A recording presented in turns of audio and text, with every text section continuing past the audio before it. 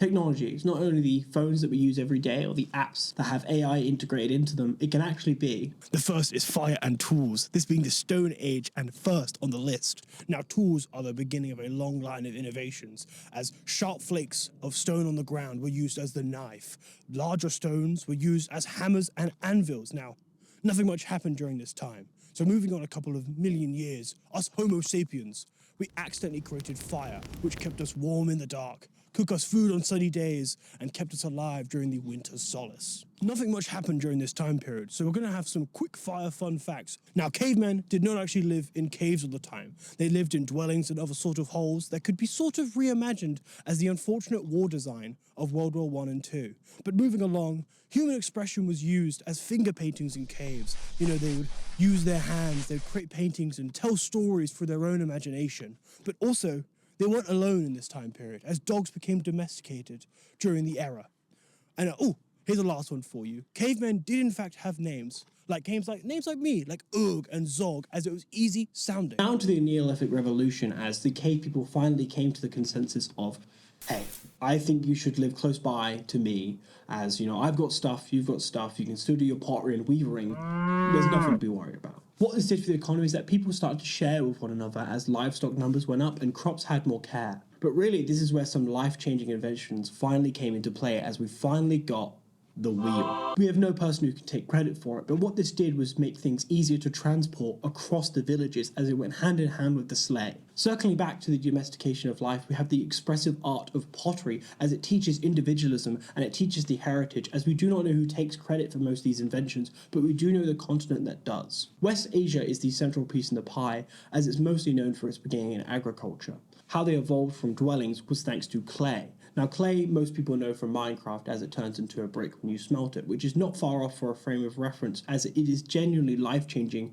in architecture going forward. This is the age of discovery. As we look into what was so evolutionary at the time, this was being boats and the people who owned the land. That is actually what this era is all about, the evolution, or rather upscaling, of an old world to a new world. And a prime example of this existence is the Treaty of Tordesillas, where Portugal and Spain came together, got a black sharpie and put a line down past its islands to create this sense of divide. Dividing sectors made it easier for distribution and navigation with a compass, or as at the known the south-pointing fish by Shen Qiu, but was later put into English understandings by Alexander Neckham.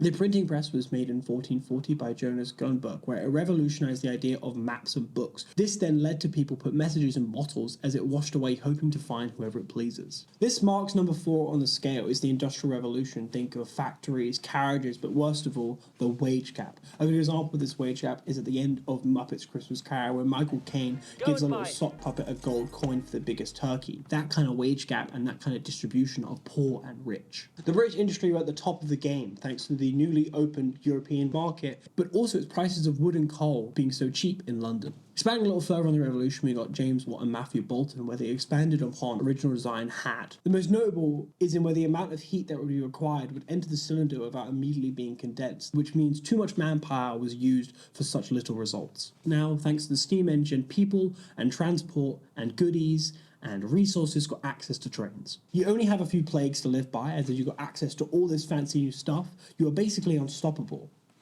except from the wage gap. Swiftly moving on to the Industrial Revolution 2, which is not surprising as most things are sequels these days. What it did for us as an economy is a factory workflow that was more streamlined, an expansion of steel in the US railroad systems, but back then we got the most quintessential item, the nose improvers. Now the nose improvers, or more accurately the Bane mask from The Dark Knight Rises, actually helped us... Why did the lights go out? The actual best revolution in this era is the light bulb by Thomas Edison in 1880, but it's actually more complicated than it was. Alessandro Volta is credited as the actual inventor of the electric battery, and developed the voltaic pile in 1799 to 1800. Edison was offered the solution to the insolent light problem in 1879, which led to Warren de la Rue to reassemble its lamp, but was too expensive. James Brown Lindsay did the same, but the copper filaments burned out too quickly, which was both unusable. William Sullivan, on the other hand, gave public demonstrations of clockwork mechanisms and carbon-based bulbs, which caught the attention of Joseph Swan. Now, Joseph Swan created the first successful electric lamp.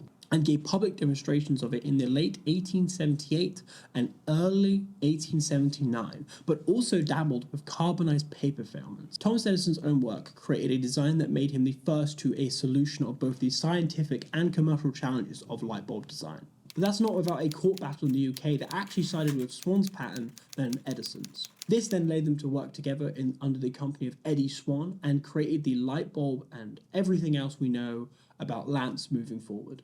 In conclusion, the light bulb was made by tons of people and the credit should not go to one person, it's a team of brilliance. It's the space age and the time is 1969 and we just see Neil do this. As you can tell, this entire revolution is down to the space age as it contextualizes both the Soviet Union and the United States as they both use the NASA and USSR to meet goals of who will go to the moon first.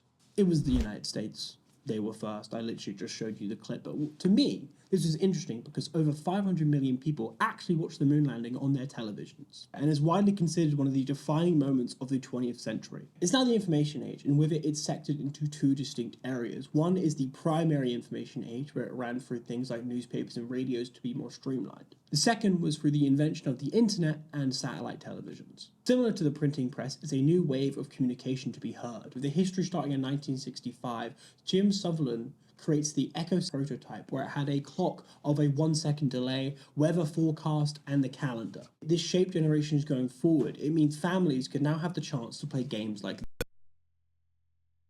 it's as boring as it looks.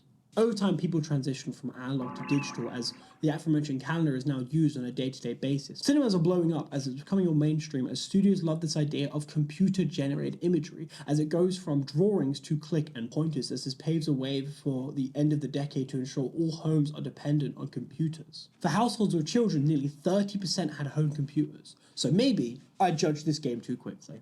To round off the decade, I have to mention the invention of the Web 1.0 by Berners-Lee, where he came up with a URL system and released a book 1 decade apart in 1999 called, and now I'm going to read it out loud, Weaving the Web, the original design and ultimate destiny of the World Wide Web by its inventor.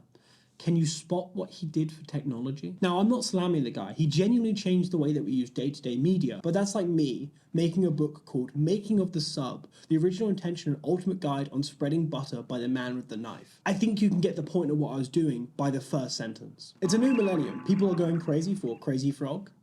Yes, people went crazy for Crazy Frog. It's no shock there. It's crazy. iPhone. Today, Apple is going to reinvent the phone.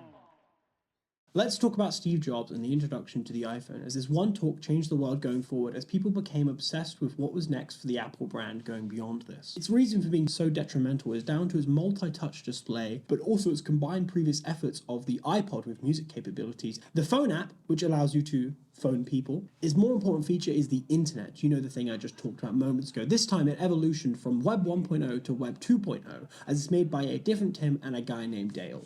One of its main features of Web 2.0 is folksonomy, which basically, to put it simply, we now have a filter for the engine. With a combination of keywords and user participation, we opened our hearts to accept the idea of text messaging to become the main way of responding to one another. Gone was the days of email and was seemed more professional than personal. As time moved on to bigger iPhones, easier access to the internet, and every startup becoming a major corporation, it's quite hard to differentiate what era we're in, as everything seems to bubble into one cohesive thought. Artificial intelligence started as a joke in movies like I, Robot, games like Detroit Become Human, and the bedtime stories I'm going to tell my children. Its impact on the various industries is like a zigzag of good news and bad news. People abuse this type of power for things like racism and sexual assault, as it combines the worst elements of people's imaginations to contextualize themselves with companies that drive to stay on these apps, stay on these places, as it's now sort of a prison rather than a place of freedom. Going through the errors of what's changed technology is an important reminder that they made our lives easier in some capacity. Generative AI is not easier, it's counterconstructive to human beings. When people look back at us in 50 years or so, maybe even more, what do you want to be remembered for? Is it the effortless slop that you had no say into?